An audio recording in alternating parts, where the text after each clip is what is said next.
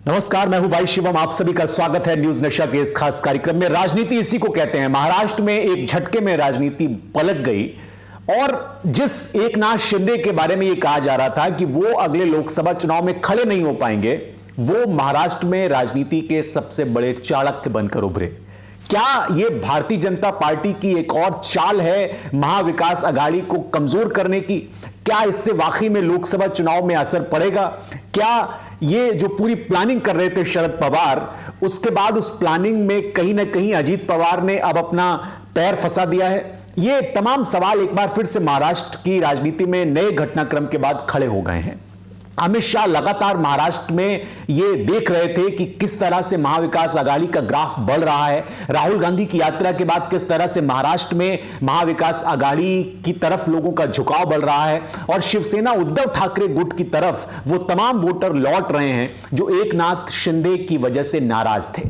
इन तमाम घटनाक्रमों के बीच जो एक बड़ी घटना हुई उसमें अजीत पवार का बड़ा खेल है। और ये क्यों हुआ, इसमें सुप्रिया सुले का भी योगदान है। ये पूरा घटनाक्रम तफसील से समझेंगे और ये जानने की भी कोशिश करेंगे कि महाराष्ट्र की राजनीति में ये जो परिवर्तन हुआ एक बार फिर से, इसका क्या फर्क रहने वाला है।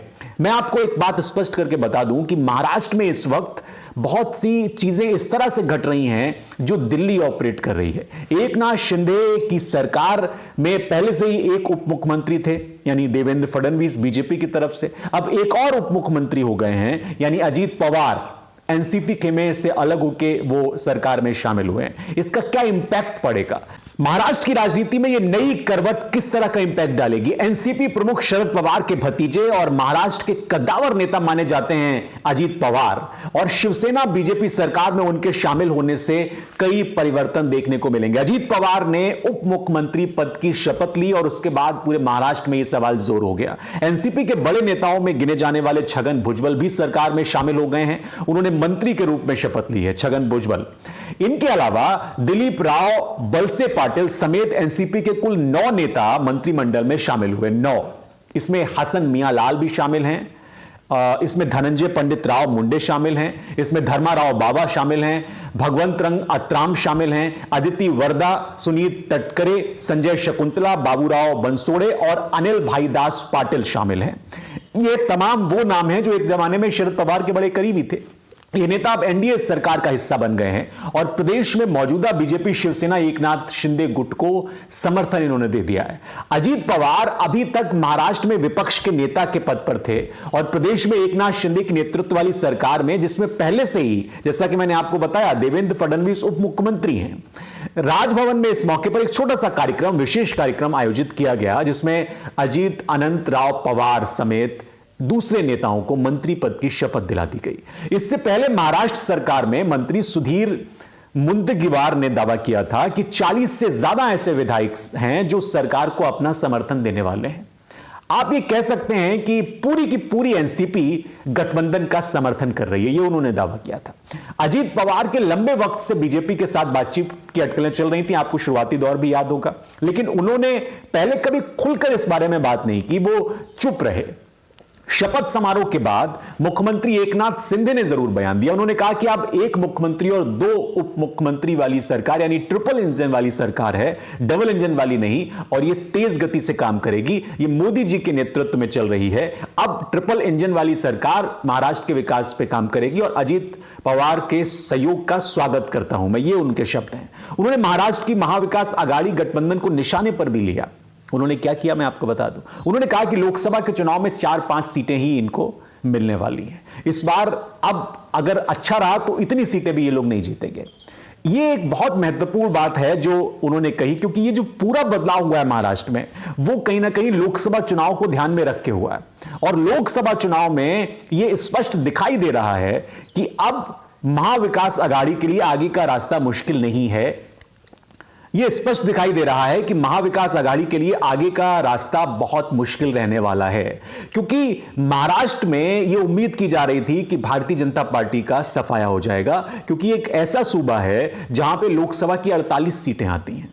यह एक ऐसा सूबा है जहां पर भारतीय जनता पार्टी अभी तक स्ट्रांग थी शिवसेना की मदद से, लेकिन बदले हुए समीकरणों के साथ अब भारतीय जनता पार्टी चूंकि खुद उतनी स्ट्रांग नहीं थी, तो उसने कुछ शिवसेना के लोग तोड़े, कुछ एनसीबी के लोग तोड़े, और एनसीबी और शिवसेना को मिला के उसने एक ऐसा मजबूत गठबंधन बनाने की कोशिश की जो 48 में से ज्यादा सीटें उसके खाते में डाले। लेकिन शरद पवार, जो कि एक अलग तरीके की पॉलिटिक्स करते हैं, उनका इस मामले पर यह कहना है कि उन्हें इस बारे में बहुत जानकारी नहीं थी। लेकिन ऐसा हो नहीं सकता कि उनको जानकारी ना हुई हो, क्योंकि अजीत पवार जो कुछ भी कर रहे हैं उसको बहुत बेहतर तरीके से अगर कोई जानता है तो वो शरद पवार है। शरद पवार ये पूरा जो घटनाक्रम है वो समझ रहे थे, क्योंकि अभी सुप्रिया सुले के हाथ में जिस तरह से कई सारी चीजें आई, कमान आई पार्टी की। अभी एक खबर ऐसी भी आई जिसमें कि शरद पवार ने कहा कि वो ये सब छोड़ रहे हैं, वो तरीके से संन्यास की तरफ जा रहे हैं, लेकिन वापस फिर वो आ गए पॉलिटिक्स में। इस पूरे घटनाक्रम को अगर आप बारीकी से देखें तो महाराष्ट्र की 48 सीटों पर जो गिद्ध दृष्टि दिल्ली ने डाली हुई है, नजर लगाई हुई है, ये सारा कुछ उसी के हिसाब से हो रहा है। और ये यकीन मानिए कि महाविकास आघाड़ी के लिए अब आगे का रास्ता फूंक फूंक कर चलने जैसा है, क्योंकि कांग्रेस के पास वहां बहुत ज्यादा कुछ है नहीं। शिवसेना उद्धव गुट की लड़ाई है और एनसीपी सुले गुट की एक तरीके से लड़ाई है, क्योंकि अजीत पवार तो निकल गए हैं छगन भुजबल को लेकर। अब ये देखना बहुत महत्वपूर्ण होगा कि आने वाले वक्त में किस तरह से महाराष्ट्र के चुनावी जमीन को महाविकास आघाड़ी बचाती है, और महाराष्ट्र के जो नए चाणक्य बनकर उभरे हैं, आप चाणक्य कह सकते हैं क्योंकि एक आम टर्म इस्तेमाल होने लगा है, अब उसका कितना नफा नुकसान होगा ये तो अगले चुनाव में पता चलेगा। लेकिन एक चीज तो बहुत स्पष्ट नजर आ रही है कि कहीं ना कहीं एकनाथ शिंदे ने महाराष्ट्र में जो कुछ भी किया, जिस तरह से वो भारतीय जनता पार्टी के लिए फायदे का सौदा साबित हो रहे हैं, उसके जरिए ये नजर आ रहा है कि भारतीय जनता पार्टी अभी भी उतने ही मारक तरीके से राज्य छीनने में माहिर है जितना वो पहले हुआ करती थी। फिलहाल इस कार्यक्रम में इतना ही। आप देखते रहिए न्यूज़ नेशन। और आप हमसे जुड़े रहने के लिए सब्सक्राइब करें YouTube पर, फॉलो करें Twitter पर और लाइक करें Facebook पर। और ज्यादा जानकारी के लिए आपको टाइप करना होगा सिर्फ न्यूज़ नशा।